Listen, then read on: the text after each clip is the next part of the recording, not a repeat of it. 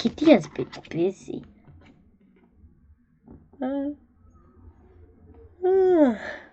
Now she wants to take a nap. Well, if I was a bit busy, I would just rest. I'd want some rest. But not Puppy. It's Puppy. Puppy wants to play. No! But Kitty is awakened. Puppy wants to play baseball.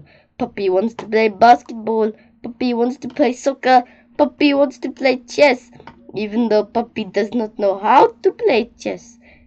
Me neither. Kitty does not want to play with Puppy. I don't think Puppy knows how to play soccer or baseball or basketball. Kitty does not want to play with Puppy. Kitty does not want to play baseball or basketball or soccer or chess. Kitty wants to take a nap. Poor Puppy.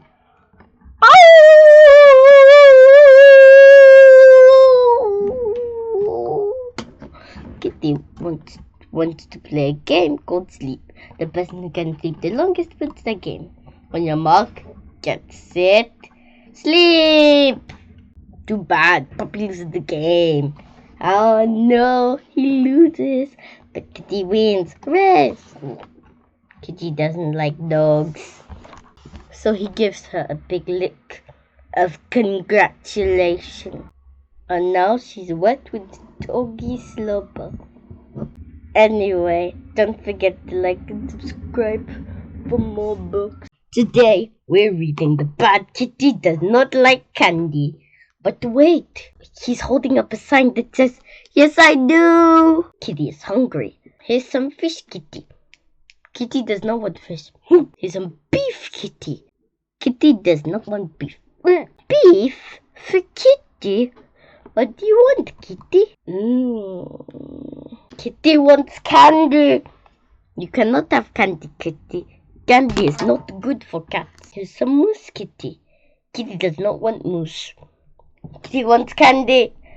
Here's a walrus, Kitty. Kitty does not want walrus. Kitty wants candy. Kitty has never eaten candy before. So why does Kitty want candy? Because Kitty thinks the candy looks so very sweet and tasty.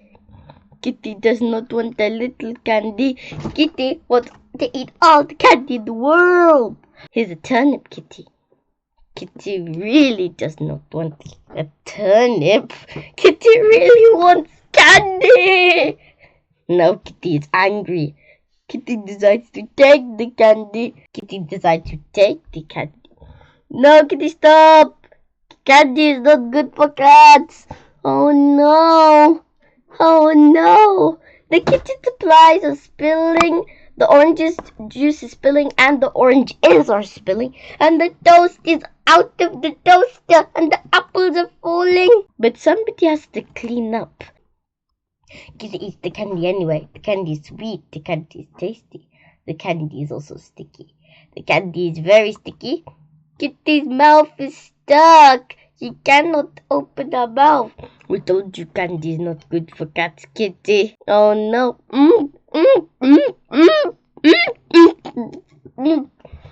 Sometimes, Kitty, you can be a very bad kitty. Now they're saying it's dinner time and Kitty is hungry. What should you eat?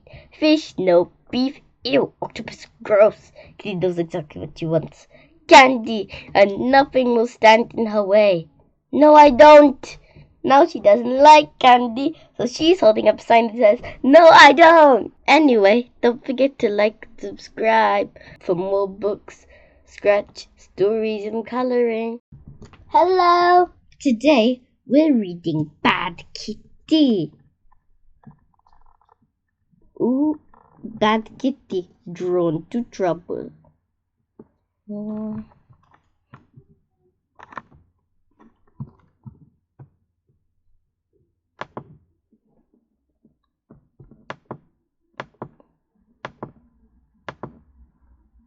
Now it's time to meet the author. My name is Nick Brule. I am an author, which means that I write books. In fact, I wrote this book. This one, the book you're reading right now. Now smell the book. The book you're holding. That's right, smell it.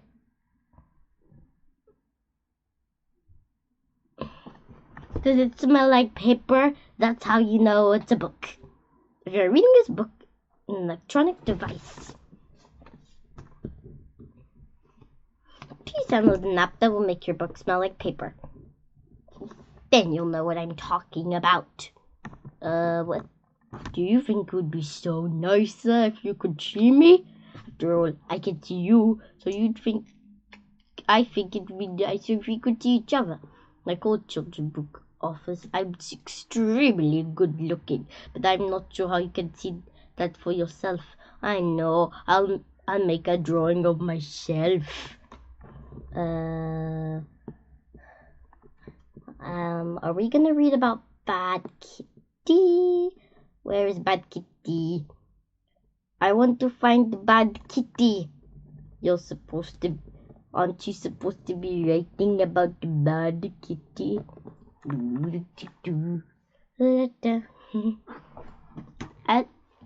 Which means like the artwork, also known as illustrations in this book. I'm not sure if this is good enough. What to do? Hey, I know. I'll draw a mirror. Then I'll look into the mirror and you can see me. Both the author and the illustrator of the book. I could do anything I want. Hi there. That's the author. I can see you and you can see me. I told you I was good looking. Now stop staring at me. Ugly bugly. Did your mother tell you that staring at the good-looking people for too long can make you go colorblind? No, really? Well, that's what my mother always told me. Told me that watching too many cartoons would make me put to bed. And boy, she was ever right about that. Although I do think the quart of orange juice I drank every night had something to do with that. Actual photo of Ufa in reception. Long flowing hair, awesome cool glasses.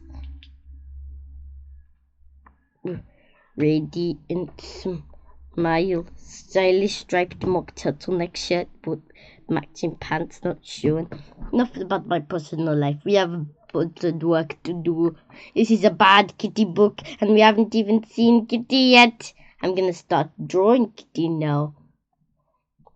You can draw Kitty with me if you want. I'll draw on the left, but I'll leave you enough room on the right so you can follow each step. If you're reading from a library book, you may ask your librarian first if you could draw from the pages. If you are reading from a digital copy of this book, go ahead and draw on the screen. Your parents will mind. Draw her nose. Step 1. Draw her nose.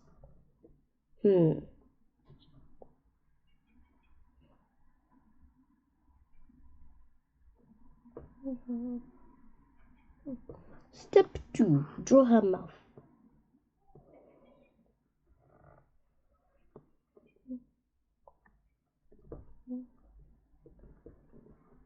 Step 3. Draw her elbows. No, wait, I mean eyes. Draw her eyes. Sorry.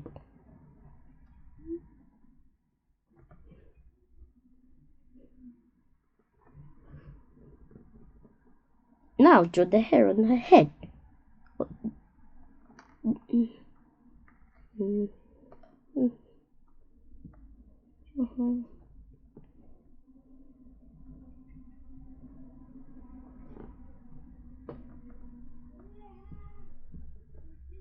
Are you exhausted yet?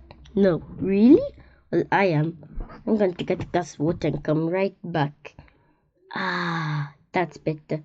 You're still here? But I was gone for an hour. Don't you have homework or something? The only homework I have is reading. And I can do that whenever I want. Fine. Where were we? Now draw her ears.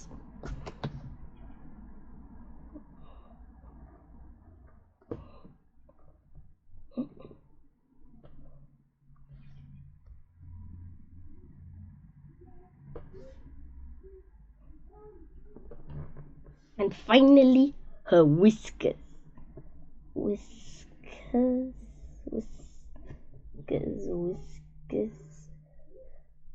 whiskers.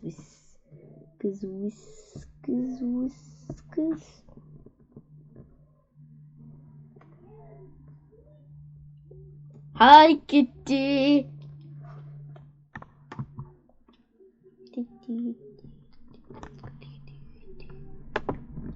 You probably want to practice. Just photocopy pages 10 through 13. I keep drawing her over and over. Just like I show you. Just don't tell my editor. He won't like this idea one bit.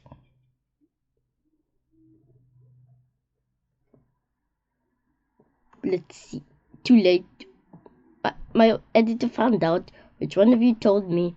Not me. It wasn't me.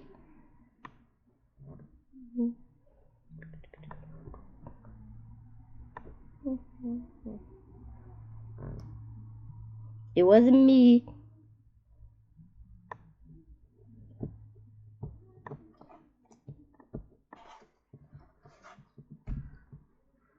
It wasn't me. So who did it?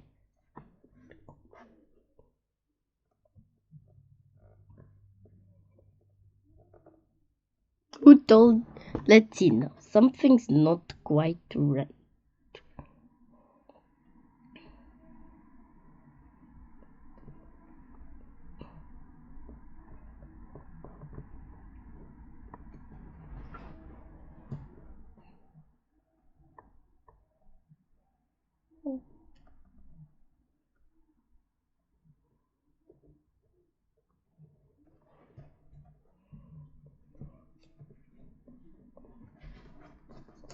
I tried to draw Bad Kitty.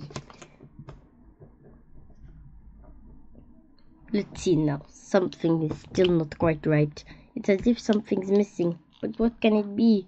We drew the eye.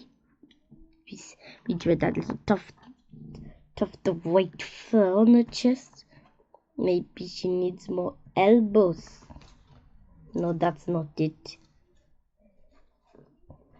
More elbows? What do you mean more elbows?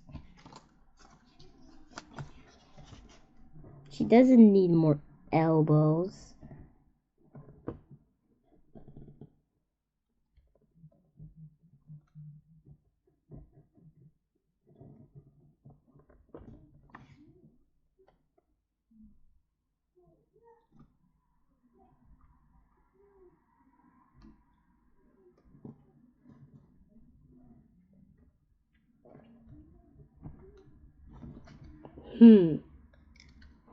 No, that's not it.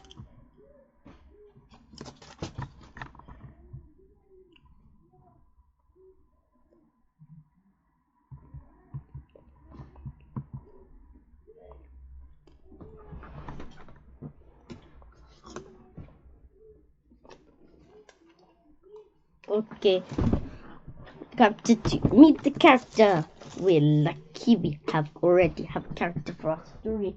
That's you, Kitty. Yes, you. You are someone who has a personality, and our story moves forward. We're gonna get to know you better.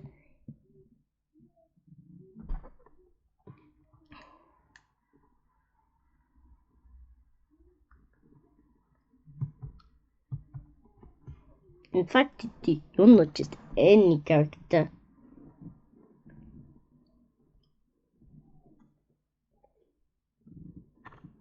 You're a protagonist,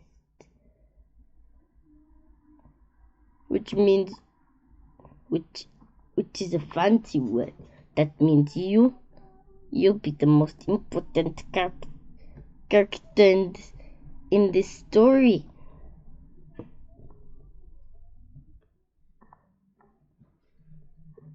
It's a bit like being the star of a movie.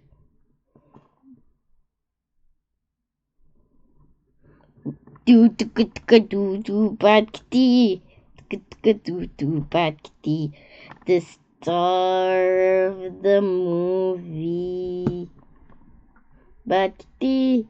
The star of the movie. The star of the movie. The star of the movie. The star of the movie. It's the star of the movie Bad Kitty. Bad Kitty, the star of the movie. Bad Kitty, the star of the movie.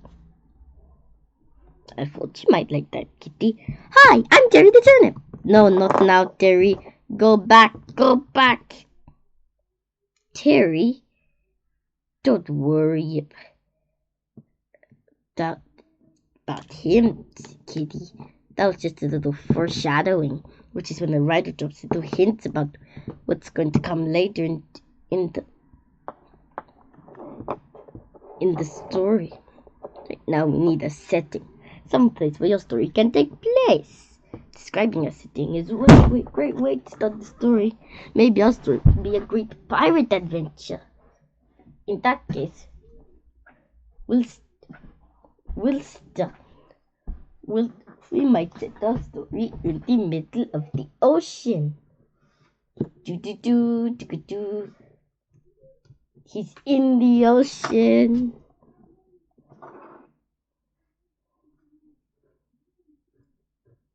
Is somebody gonna save Bad Kitty? Because I don't know because we don't know if he can swim or not.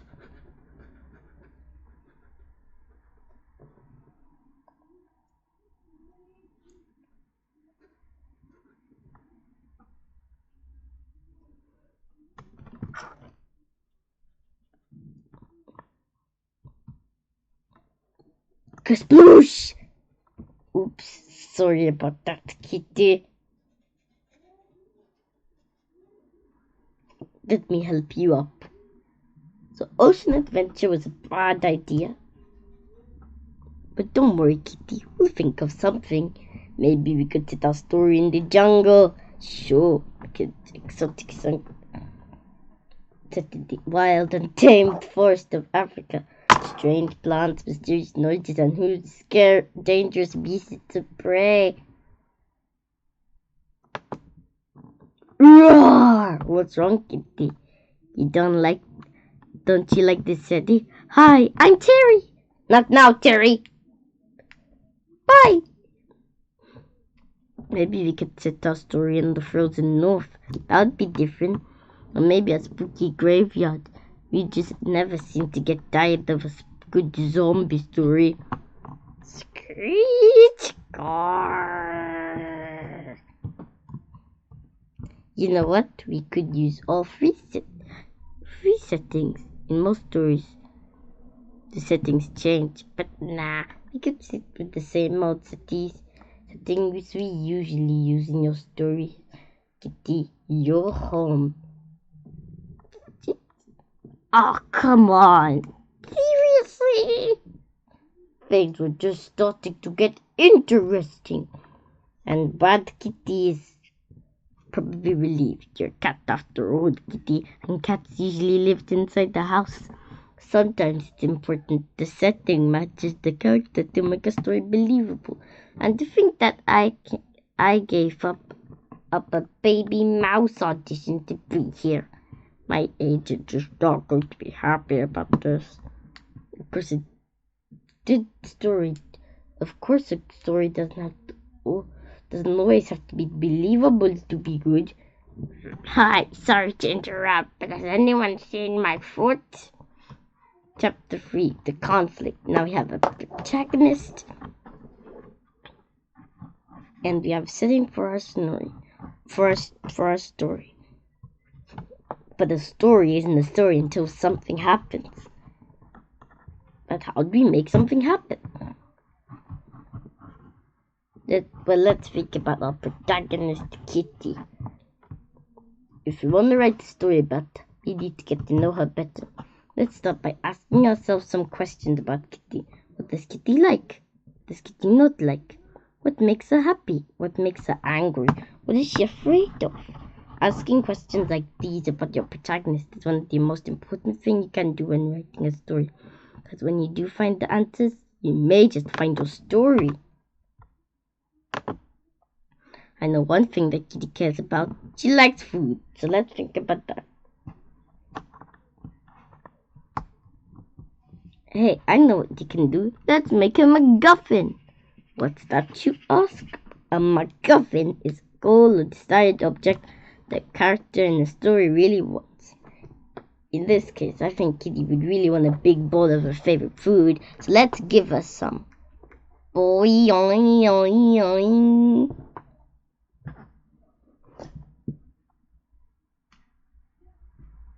Boing. Here's the problem. If we give Kitty the food, and then she can eat the food, then there won't be much of a story. What we need to do now is create a little conflict. Conflict is what happens when a character faces a problem or a challenge. Without conflict, a story would be very dull indeed.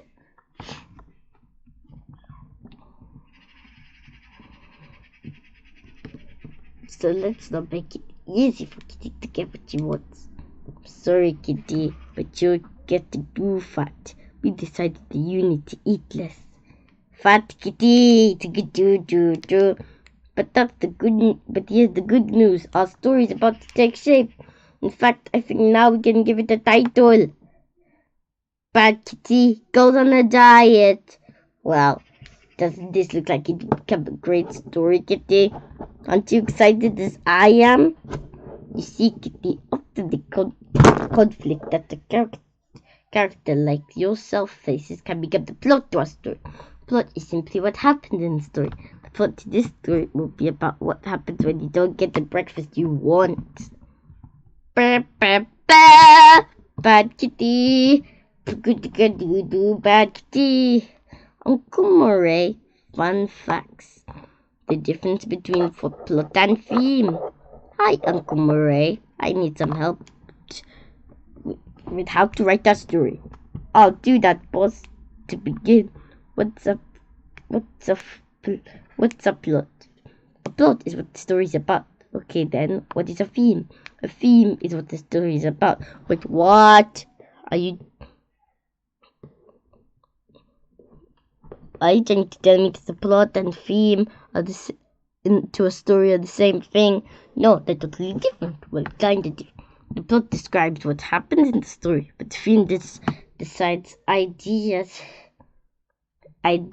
or the message in a story. So what's the plot in a story? Well, the plot could be what happens when the goofy cat has to go on a diet. Goofy cat has to go on a diet, and he doesn't get the food she wants. And the theme, well, you've been talking about lots of things, the character and setting a plot, stuff like that. The theme here is about writing stories. The plot would be Kitty going on a diet and all the goofy things are happy because of it. The theme would be the idea of using my story in a way of teaching kids how to write their own stories. Now you get it. Now your stories need a plot and a theme. Well, all stories need a plot. If nothing is happening, it's not really a story. A story doesn't really need a theme to be a story. But a theme will always make the story more interesting. Thank you, Uncle Murray. Let's see how Kitty is getting on now.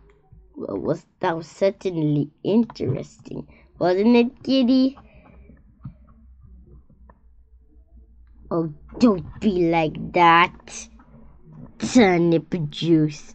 Oh no, the bad Kitty strikes again. She spilled turnip juice. It's obvious you need to go on a diet, Kitty. Why, look how much weight you've gained recently. Trust me, you'll feel a lot better once you've lost a few pounds.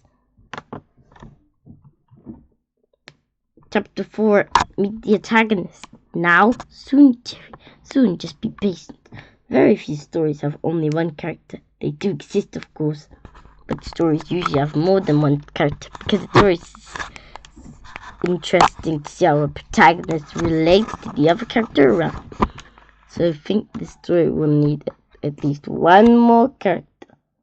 I was thinking that we could add a new character who creates a new theme for this story about the many benefits of healthy diet. How about a friendly talking Terror named Terry who promotes good nutrition and healthy eating? Hi, I'm Terry the Turnip. I'm full of vitamins and nutrients. Maybe not.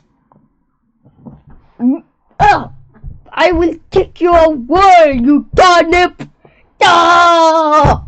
Maybe not. Forget that the conflict is critical to our story. A specific kind of character who will add to our conflict. Let's produce the antagonist to our story. Hi, puppy. You get to be an antagonist in our story. Who's a good antagonist? You're a good antagonist. Yes, you are. Yes, you are. Woof. Woof. Boy. Puppy, as the antagonist in the story, your role is to stand in opposition to the protagonist. That's Kitty. Often the antagonist is the character who acts as the obstacle between the protagonist and his or her goal, or MacGuffin. Okay, I'll make this easier. Puppy is the antagonist. Your job makes sure Kitty stays on her diet and doesn't eat any of the food that she wants. Let's think about this, puppy. What would be the best way to keep Kitty from all of her delicious looking cat food? Think hard, puppy. Because Kitty can be very crafty. Think very, very hard. She's trying to get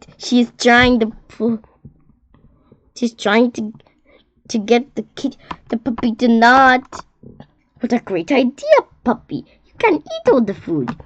I can't think of a safer place to keep Kitty's food than inside your stomach. Kitty, are you alright? You suddenly don't look so well. Do you need to lie down? Don't worry, I'll quickly draw a pillow for you to fall onto. It's right there in front of you. Whee! Oops. Oh no! Chapter 5, plot points. Gosh, puppy, I can't wake her. Maybe you could try something? Slurp. Good job, puppy. That did the trick. Welcome back, Kitty.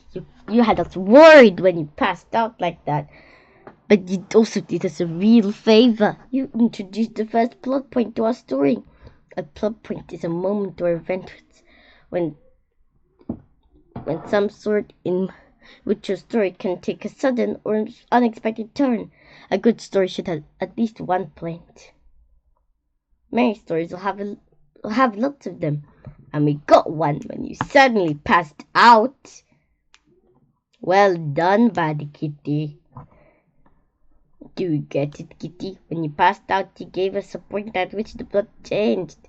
So while the plot of our story needs to be just about keeping on a diet, now our plot can also be recover from your terrible shock.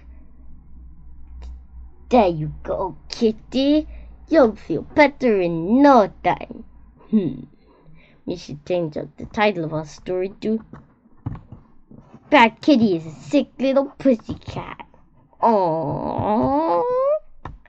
Of course, the one thing you need to fully recover from is the nice, hot, steaming glass of delicious turnip juice.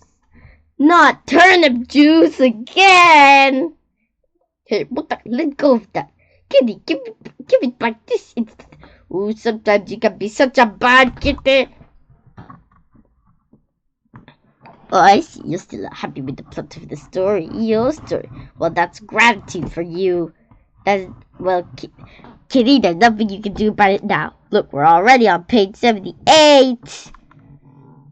What? Now what? You're packing? Why? Where are you? Oh, I get it. You're running away. That's mature. Bon voyage, Kitty. You're doing me a favor, you know. You're giving the story another plot point. See, we started a point about you becoming sick for the shop and going on a diet. Now you're adding the plot point of you decided to run away because you don't like your new diet. Seems like a pretty good stories to me so far. But before you... here, let me get the door for you. But before you go, just one more thing. What? Look out for but the giant octopus is outside the door! Oh no! The whole neighborhood has been overrun with them! Bad Kitty versus the giant octopus! Wow, what a great title. I'd read a book like that, wouldn't you, Kitty? It just goes to show that anything can happen in a story. There's just one thing bothering me. Is the plural of octopus. Is it octopus or octopi? It's not octopi because the origin of the word octopus is not the same as adding an I to the end. So hence it is octopuses. Oh my gosh. The Bad Kitty. Uncle Murray, fun facts. What's right? Octopuses or octopi?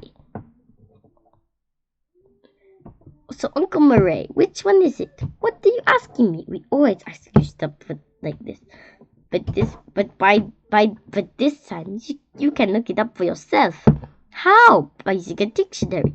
Every writer needs to have a dictionary just for this kind of question. Say you don't know how to spell a word, look it up in a dictionary. Say you want to use a word in a story, but you're not sure if it's the right word, look it up in a dictionary. A dictionary is a very important tool for every writer. Cool. Is there any other important tools that you can recommend? Sure, every writer should also have a thesaurus. A thesaurus is a great book that helps you other words that mean the same thing. When you look up a word in the thesaurus, you find a lot of words that mean the same thing or something similar, and you can use these different words to make your story more interesting to read. Say I write this sentence. The book walked to the store by using a thesaurus and looking up some of the words. I can also write the same sentence as the lad perambulated to the boutique.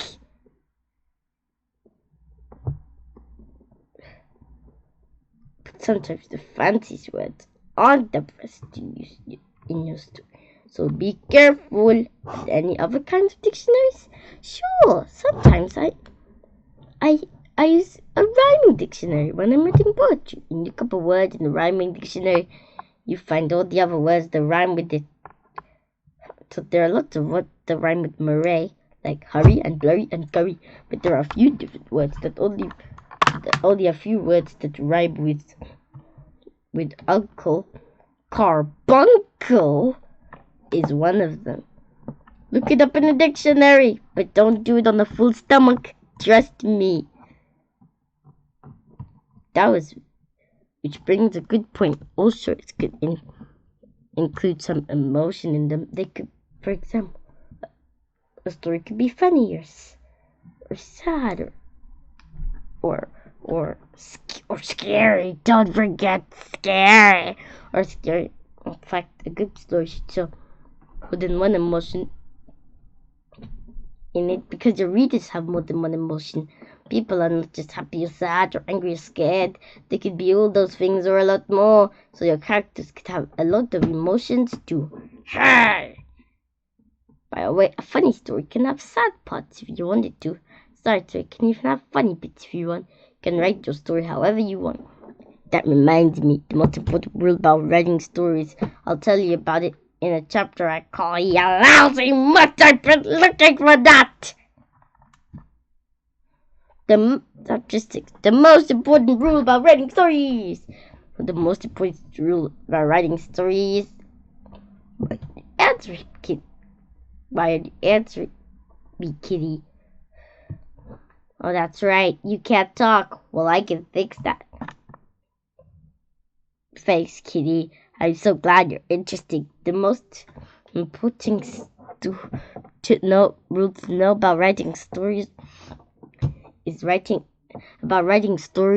is easy. It's your story. That's right, dear reader. When it's time for you to write your story, that story will be yours and yours alone. Sure, I'd love to know. It means your story can have as many characters or protagonists or antagonists as you want. And you can have all those characters to say whatever you want because it's your story. I love turnips! I love turnips!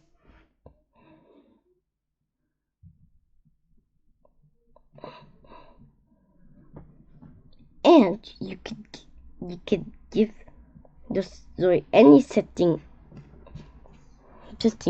or as many settings as you want. By the way, that doesn't mean your setting can just be any place. You can set your story in any time that you want. So you can set it in the past, the present, or even in the future. Your story can have as much conflict or drama as you want. Your story can have as many plot points as you want. The point is that you're the one in control of your story. It's like I am here. Kitty, I'm so pleased that you're finally happy with your new diner. Turnips make me happy.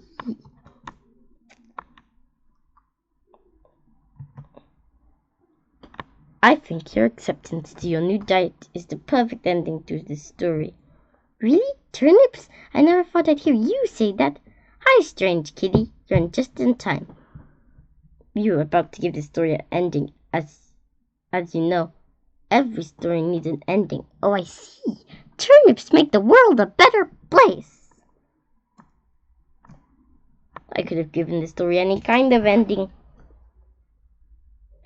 I could have ended the story. Okay, so I'm so sick here to go to the hospital. But I didn't like that ending. I'm a big turnip fan. For a second, I thought you'd been reading my diary.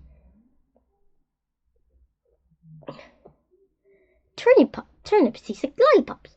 Really? Turnips? Turnips. Did I hear someone mention turnips? Really? Turnips?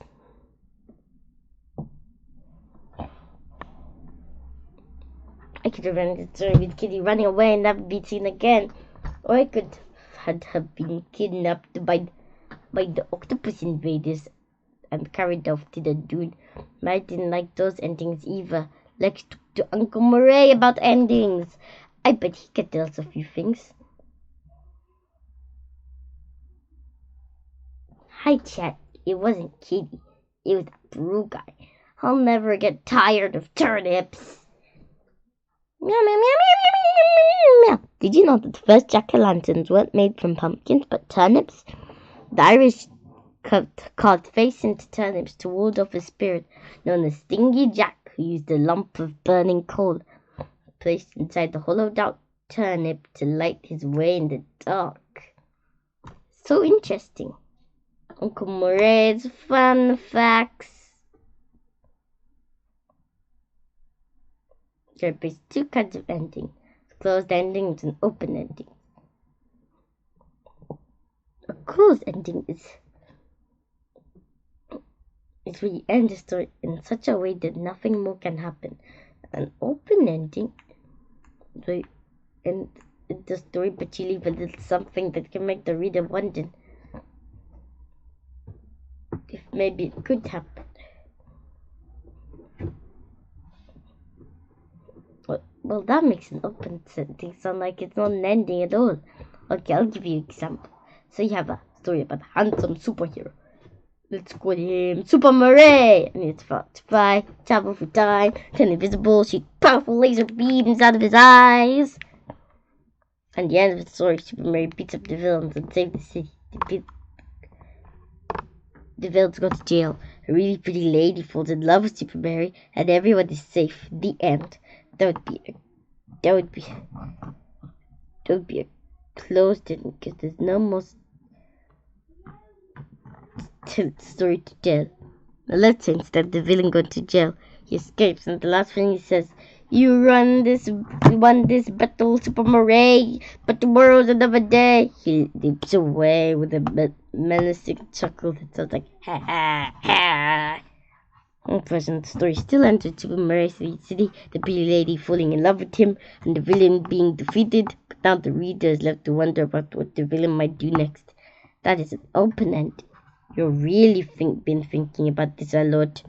Open endings are a great way to end a series, in which one story leads to the X, and then the whole series can have its own title, something like The Exciting Adventures of Super Murray, or, whatever. I'll read it. Thanks, Super Murray. Uncle Murray. Oh, great. The whole gang is here. You're all just in time for the end of the story. Kitty needs to lose some weight, so she went on a turnip diet. She didn't like it and got sick because of it. She even ran away, but the octopus invention convinced her to stay. And now she loves turnips more than anything. The end! I love the bad kitty. But wait. It's not the end at all. What? Oh, come on, Kitty. The story is over. There's nothing you can do about it. Absolutely nothing. For now on, you're a cat who loves turnips. Just accept it. The next book, you convince all the other kids to eat turnip too. That'd be fun, wouldn't it? Aw, turnips can be awesome. What's going on? Kitty, why are you looking at me like that? What are you thinking? Kitty? Kitty?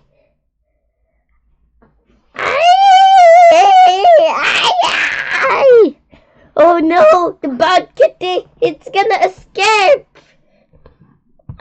Ouch! I give support, Kitty. And my tibia!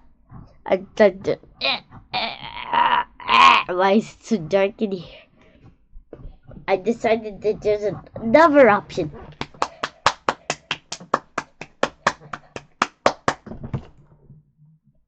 Epilogue.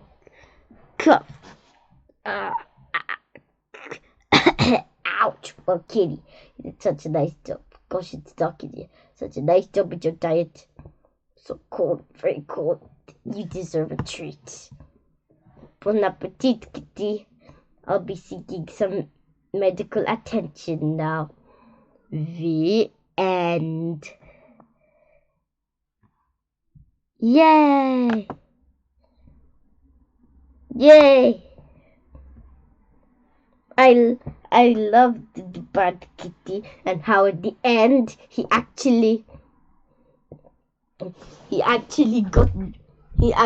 changed the ending and he attacked the author. And I'm gonna read a lot more bad kitty books now. So don't forget to like and subscribe for more books, scratch and stories. Bye bye. If you sit still and do nothing but relax for a while, it will show.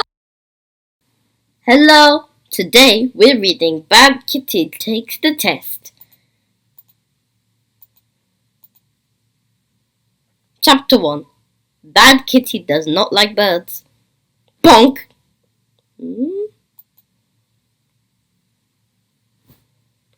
Chirp! Chirp! Twitter! Chirp! Kitty loves birds. She loves how they flit. She loves how they flap. She loves how they flutter. When Kitty sees birds, she wants to play with them. She really, really, really wants to play with them. The birds also want to play with Kitty. They want to play hide and seek. The birds are very good at hiding. They're hiding in the tree. Can you see them? But Kitty sees them. Kitty is very good at seeking, and she's very good at climbing. Kitty finds the birds. She's just about to play with them when the birds hide on a higher branch. Kitty finds the birds again. Kitty is very good at this game. So the birds. The birds keep hiding higher and higher. Kitty keeps climbing higher and higher. Soon the birds are at the top of a tree. There's no tree left. So now Kitty wants to play another game with her new friend, Tag. But the birds don't want to play that game. Too bad. Now Kitty has no one to play with. Oh, she's lonely. Uh-oh. Oh good, the birds have come back to play with Kitty and help her down from the tree. But Kitty does not want their help. She just wants to go home. Meow, wow, wow, wow. Yeah. Stop. Whack, whack, whack. Whack, whack, whack, whack, whack, whack, whack, whack, whack, whack. Thud. Kitty does not like birds. Chapter 2. The next day. Good morning, Kitty. The mail's here. It looks like have a satisfied letter from the Society of Cat Aptitude Management. I've never heard of them. Have you?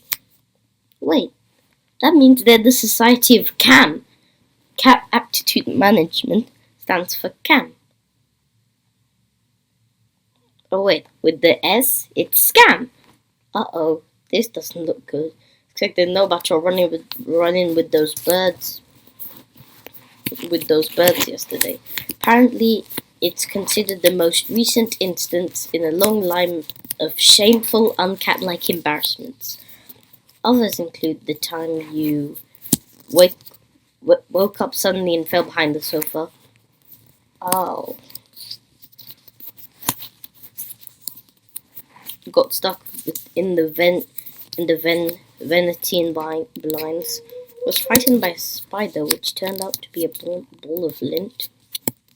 Tried to jump onto the desk but landed in the plants. Allowed the baby to dress you up for Halloween and let the dog sit on you while you were sleeping. Oh. So apparently because of this recent string of embarrassing behavior, your cat license has been revoked. I didn't know there was such a thing. It goes on. In order to renew your cat license, you have to take a special course of being a cat. But a test. This all happens tomorrow. A test? Well, Kitty, a test is a process you go through to make sure you understand everything you've learned. A test? Does that mean she's going back to school? Now pay attention, Kitty. Here's the most important part. If you pass the test, then you get your license back. I didn't even know you had one to begin with. But if you don't pass the test, well, according to this letter, then you won't get your license, and then apparently you won't be allowed to be a cat anymore. If she won't be allowed to be a cat anymore, then will she just be considered an animal, but no specific animal? Ahem. Scratch, scratch, scratch, scratch, scratch. Kitty, I don't make the rules. All I know is you need to take this test tomorrow. I have the address. I'll bring you there in the morning. Kitty wrote, "Are you insane? And will you please stop writing on the walls? I had to call the painters 14 times this month. Kitty! Kitty!" Oh no. Chapter 3. The next day.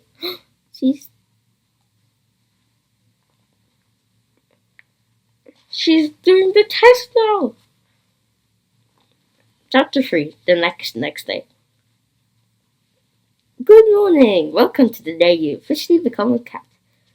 Good morning. If you're looking for balloon decorating for fun and profit, that class has been moved down the hall. You'll know me. I'm Strange Kitty, but you can call me SK. And I've been tasked by the good people at Testbro to teach you this course on how to become a proper cat. The course itself will prepare you for the test you're going to take at the end of the day. Just don't call him late for dinner. But before I do anything else, I have to take attendance.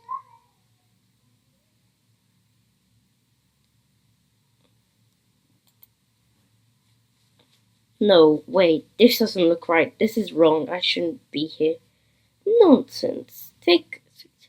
No one will judge you. Hi. My name's Murray, but everyone calls me Uncle Murray. It's kind of a thing everyone does. Hi, Buck. Nice to meet you. So, are you here to renew your driver's license too? Yeah, everyone's got to drive. You got any idea how much this is going to cost us? Just $1? That's not so bad. Not much costs just $1 these days. When I was a kid, you could buy lunch for $1. You could buy 2 comics for $1. Bug? What bug? It's just an old fly. He's not hurting anyone. Snap. This is going to be a weird day. Before we get to the test, I will be teaching you for the course that will prepare you for the test itself. I will be teaching you all of the important things you need to know about being a proper cat. That is, I will be teaching you everything the good people at Test Pro think you need to know to be a proper cat.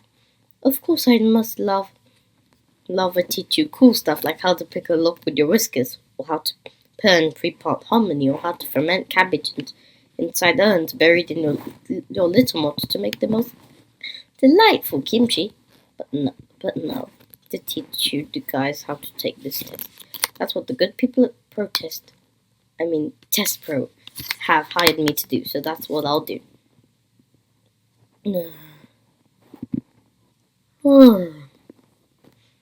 But never mind that. Moving on. Now time to teach my class. Pretty much consists of my showing all of you this informative video about cats. So let me get this straight. All we have to do is teach this class is push a button to start the video. According to Test Pro, it is. Which button do we push? That, the red one. Even a monkey could push that button. I know. Not even a big monkey. A marmoset could push that button. A teeny tiny marmoset. Are you finished? And not even a smart marmoset. Any old tiny marmoset that only has enough brain function to eat, push, poop, and push something shiny and red could push that button. How long is it going to take? The marmoset wouldn't even need hands. It could use a teeny tiny marmoset tail to push that button. I'd even build a blind marmoset with no arms that could slap its tail up and down over and over until by some miracle it happens to push too far. Our friend the cat. Test Pro original. Copyright 1973. Maybe I can help, kids. It's Uncle Barney! Hi, Uncle Barney! That is a cat, and I can answer any question you have about them. Gosh, we love you, Uncle Barney! What's happening? Can we eat it? Probably, but I would advise against it. Can it play any sports? Maybe tennis. On second thought, no. How often should I water it? Don't. It's not a plant. Can we eat it? I have an idea, Billy. Tell you everything I know about cats, so you can stop asking idiotic questions. Uncle Barney's fun facts. What is a cat? I know stuff. A cat is an animal. A giant squid is also an animal. It has tentacles. Cats do not have tentacles, therefore they are rarely mistaken for giant squids. Other animals that are not cats are squirrels, giraffes, lobsters, and porcupines. Ooh, this is educational. Cats typically have four legs. If a cat has less than 4 legs, then something is wrong and medical attention may be required. In 1963, the French sent the first cat into space, a black and white Parisian street cat named Félicette, who travelled 100 miles above the Earth in a capsule before descending safely back to the ground by parachute. Cat, in Vietnamese, is con mio. The World Health Organization estimates that approximately 400,000 people are bitten by cats in the US every year. No one has died from their injuries. Cat in Swahili is paka. Legend has it that Sir Isaac Newton, the scientist and mathematician who discovered gravity, Legend has it that Sir Isaac Newton, the scientist and mathematician who discovered gravitational mechanics and created calculus, also invented the cat flap on doors because he was tired of constantly getting up from his experiments to let his cat Spithead in and out of his study. That's right, Sir Isaac Newton named his cat Spithead. Cat in Icelandic is kotta. Cat spelled backwards is tak, which are the first 3 letters in the word taco, which is a delicious food that cats will sometimes eat when dropped on the floor. And taco cat is taco cat backwards. In the early 1960s, the CIA launched Operation Acoustic Kitty, an actual plan to use cats as spies. Cats would be trained to eavesdrop on Russian conversations. They'd be released nearby with microphones implanted in their ears and transmitters attached to their collars and antennae attached to their tails. The first cat agent was deployed and then run over by a taxi moments later. $20 million was spent on the program that was terminated shortly thereafter. Spithead. And that's everything you'll ever need to know about cats. You could even take a test about cats right now. Yay! But wait, standardized tests do little to measure intelligence. If anything, numerous studies have shown that testing often results in stifling creativity, a necessary component for successful education. You're weird. Girls are weird. The end. A test pro TM production. But she's right. So what's the point of even taking tests if they don't measure your intelligence and they stifle your creativity? I'm getting an uneasy feeling like I'm not going to see my new driver's license today, because this is for cats' licenses. In 1894, Thomas Edison used his recently invented kintograph to film two cats boxing. It's considered to be the very first cat video. I hope that's on the test. Chapter 4. Preparation. Okay class, now that you've seen the video, it's time to take a test on how to help you prepare for the real test. Please take out your number 2 pencils. He said number 2.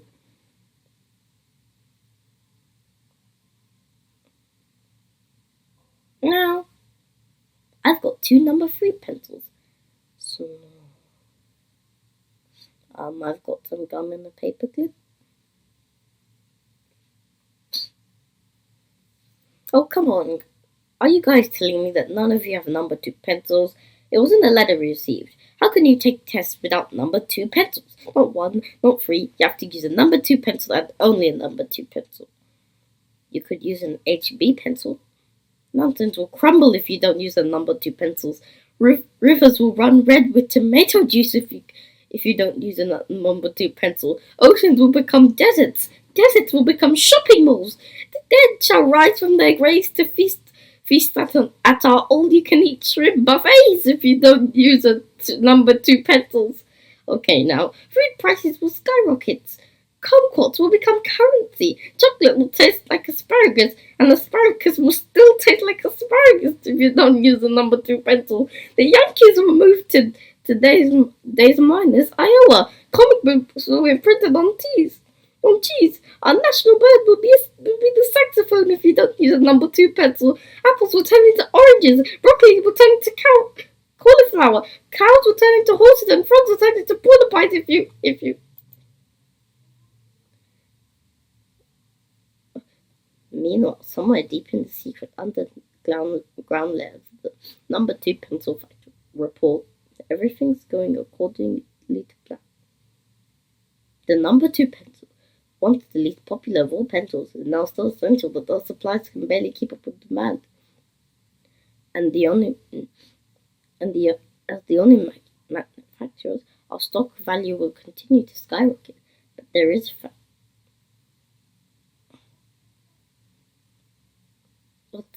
there is one thing. What's that? The owners of the number 3 pencil factory have contacted us. They would like to propose an alliance and join us in our mission. Those pigs can go to blazes. We don't need them. We control the pencil to control the tests. Soon we will control the minds and the intellect of the entire world, beginning with the cats. Buck, buck, ha, buck, ha. Okay, class. Finally have your number 2 pencils. We can take the test that will prepare you for the next test. That test will prepare you for the next test. That test, the next test, and that test will. Meow! Make it stop. I just want to take the test. The test. I don't want to take tests that will prepare me for the next test. That will prepare me for the next test. Whoa. Oh, God. that will prepare me for the next test, that will prepare me for the next test, that will prepare me for the next test, that will prepare me for the next test, that will prepare me for the next test, that will prepare me for the next test, that will prepare me for the next test, that will prepare me for the next test, that will prepare me for the next test, that will prepare me for the next test. I think we've had enough of that. But you get the idea. Stop being so dramatic. It's not really as bad as that. Now, how many tests is it really? Only 14. Wait, no, wait, 16. No, wait, 27. Wait, no, more than 14. Listen, Chatty. You're just nervous, is all. Which is understandable. Try not to worry so much. Worrying is not going to help you take the test.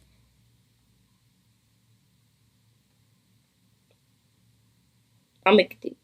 Pass the final test. I'll buy you chocolate tuna milkshakes in celebration. If you don't pass, I'll still buy you one to make you feel better. Deal? Yeah. That sounds simultaneously disgusting and exquisite. Okay, class, you can begin your pre, and so on and so forth test. Now! Bad Kitty, why isn't he doing his test? He's looking at Chatty's test. Can I help you? Are you looking for something? Did you lose your pencil? Do you need more paper? Are you aware that psychologists recommend clear personal boundaries to be set with two individuals to ensure an environment wherein their relationship can remain mutually respected and supported? I can smell what you had for lunch. So, only warning, Kitty. If I catch you cheating again, I'm afraid you'll fail the test. I would prefer to even to fail with honor than to win by cheating. Sophocles. Nice quote. 14 hours later. Then, it wasn't so bad, was it? Ready to take the actual test, the one that really counts. I just wanted to renew my driver's license. I don't want to renew my driver's license. I just wanted to renew my driver's license. I just wanted to renew my driver's license. I just wanted my driver's license. I'm a little teapot, short and stout. Here's my anthem. So, class, my part is done. Taught you as well as I could or was allowed. Now an actual representative of Test Pro will administer your final test. That must be him now. I like your necktie. I see you like spots. Me, I like stripes. Always have. When I was little, I liked spots because who cares? They repel cats. Why are you still here? D. All of the above. Answer D. Maybe we should get started. Gosh, you think? Duh. What a brilliant idea. D. All of the above. Answer D. Okie doke, class. Gonna work. Alright? A representative from Test Pro is going to ask you some basic questions. You get just one right, you'll pass the test and receive your cat license. Nice. So here we go. What does the cat say? A. Woof. B. Meow. C. Buck, buck, buck, buck, buck, buck. D. None of the above. D. None of the above? Meow. Wrong! Meow, meow, meow, meow. Meow, meow, meow, meow, meow, meow. Actually, the average cat has about 16 separate vocalizations with which they can communicate. This does not include body language like tail twitching or the roars of large cats commonly used. Wrong! Yeah, I have a headache. No, here, I'm just trying to renew my driver's license. I'm not a cat. I'm not trying to be a cat. I don't want to be a cat. My wife's probably wondering where I am. Wrong! Don't really need to. I could walk everywhere. I could use the exercise. I could borrow a wheelbarrow for groceries. Buck, buck, buck, buck, buck, buck, buck. Correct. Wink. So you said knows the answer to a baby cat is called a monstrosity, B, a chicken, C, a adorable fluffy little chick, D, all of the above. That's actually a chicken pretending to be a cat, and he's just wanting them to pass. I think the answer is B.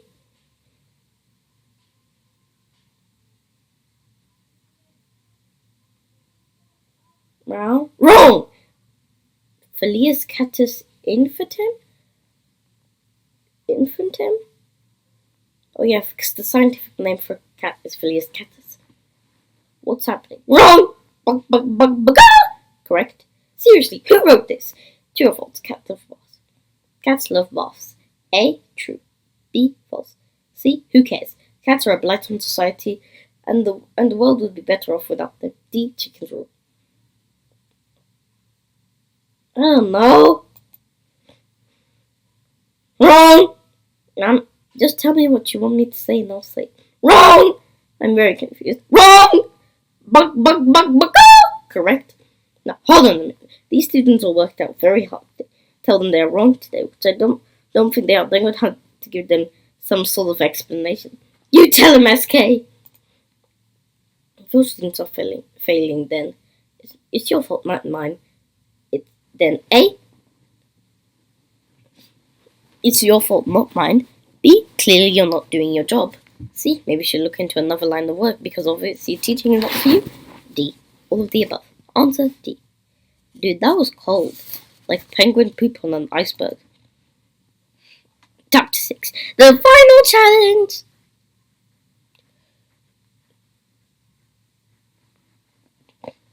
Class, there's one final challenge to this test. For some of you, this will be your very last chance to pass. So pay attention to what our representative from Test Bro wants you to do. So, sir, I've given you the floor. I give you the floor. Please tell us what our students, what they must do now to pass this. Lay an egg! Lay an egg? But they want to be cats! Cats don't lay eggs. Puff. Seriously? How do you world do you expect a cat to lay an egg? It can't be done. Not in 100 years. Not even in 1,000,000 years. What you're asking for is both physically and biologically impossible. Not fair for you to come in here and ask these students who work very hard to. His cat ears are falling off. I stand corrected. Yay! Free omelette! This proves that A detectors fair. B chickens are smarter than cats. See, this is definitely not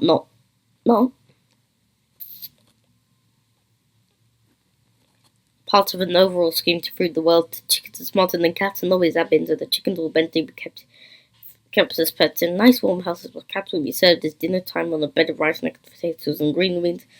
D, sometimes chickens will rule the world. Answer A. Let me see.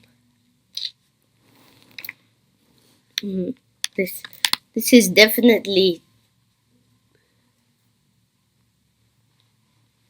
not. No. This is definitely not.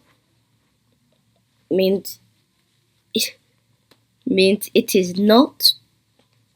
So they're saying it's not part of an overall scheme to prove the world that chickens are smarter than cats and always have been, so that chickens will eventually be kept in pesticide a nice warm house as well. Cats will be served at dinner time on a bed of rice, like potatoes and green beans. I wouldn't eat a cat on a bed of rice next to potatoes and green beans. I guess that means this is your turn. Good luck. That's. I'll try. You can do it. You can lay that egg if you really try. Can do it. You can do it. You can do it. You can do it. You can do it. You can. Flop. Huzzah! That's not an egg, is it? No, it isn't. Tail! No, wait. Everything in love. around eggs, chatted Kitty. Apparently, 1.1 million eggs are consumed worldwide every year. China became the largest producer. Roughly half of all eggs are produced white, and the other half are brown. The color of the egg depends largely on the color of the earlobe of the chicken that laid it. The white earlobe, white egg, red earlobe, brown egg. Eggshells are composed primarily of calcium carbonate, which is also the main ingredient in some antacids, but I don't recommend chewing on eggshells if you have an upset stomach. The membrane inside the shell is semi-permeable, meaning that it allows water and oxygen inside the egg while keeping dust and other debris out. The white of the egg is also called the albumin, after the primary protein that inhabits it. If an egg looks cloudy, that actually means that the egg is very fresh. The color of the egg yolk depends greatly on the diet of the chicken that laid it. If the more yellow or orange pigments in the food, the more brightly colored the yolk. A monotreme is a mammal that lays an egg. There are 5 known species in the world: the platypus and 4 species of echidna. The largest egg comes from ostriches, which can weigh as much as 5 pounds, and the smallest eggs come from vervain hummingbirds, which weigh only a fraction of an ounce. And lastly, a person who is considered to be an intellectually gifted is often referred to as an egghead. I've been called an egghead. I wasn't insulted.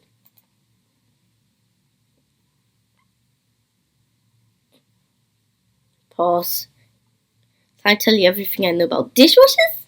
No. So I suppose it's your turn. It's terrible. I don't belong.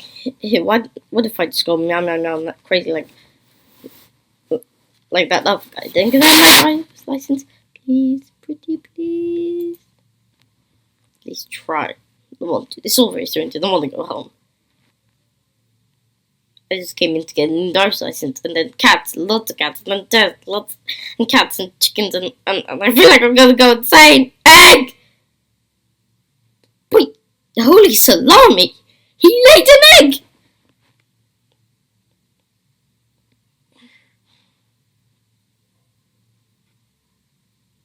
Kitty, there is one and only rule to taking tests: no cheating.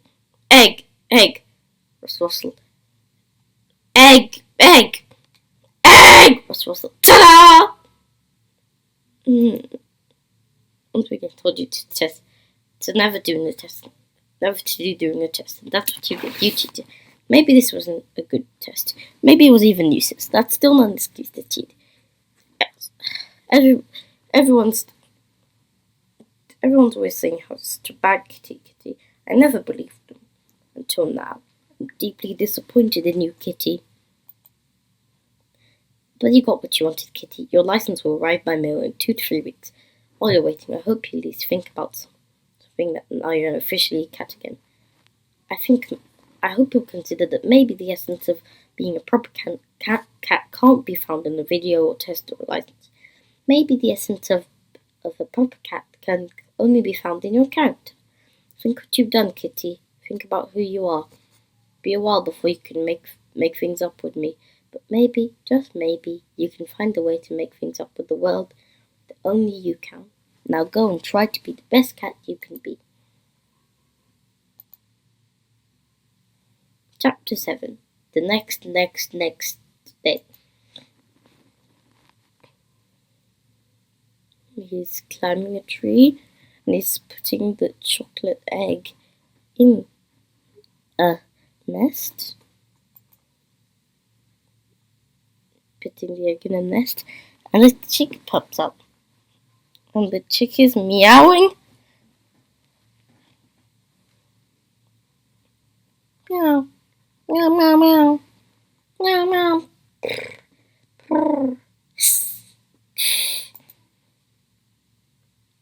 Epilogue 1. This is exclusive! So what do I do with it? I'm not even sure what it is. Wait, what's it doing? What's happening? Make sure it stop! It's my new driver's license. The Department of Motor Vehicles moves in mysterious ways. Epilogue 2. Report.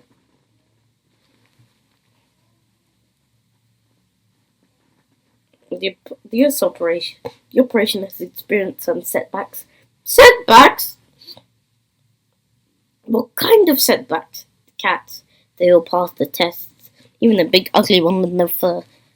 I'm sick of pencils. World domination is boring. I like corn. I miss corn. I like corn. Let's go get some corn. And then maybe we can scratch for worms. I like worms. Me too. I like worms.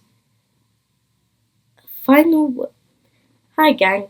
I just wanted to take the opportunity to wish anyone out there who's going to take a test soon good luck. Try to get a good night's sleep the night before. Stay calm and don't cheat. And remember, a good education isn't about finding the right answers. It's about learning to ask the right questions, especially if you don't know the answers. Good luck. And I'd like to take this opportunity to formally apologize to any blind armless mindsets out there that I've offended. My words were hurtful and I deeply regret them. The end. Don't forget to like and subscribe for more books. Bye bye!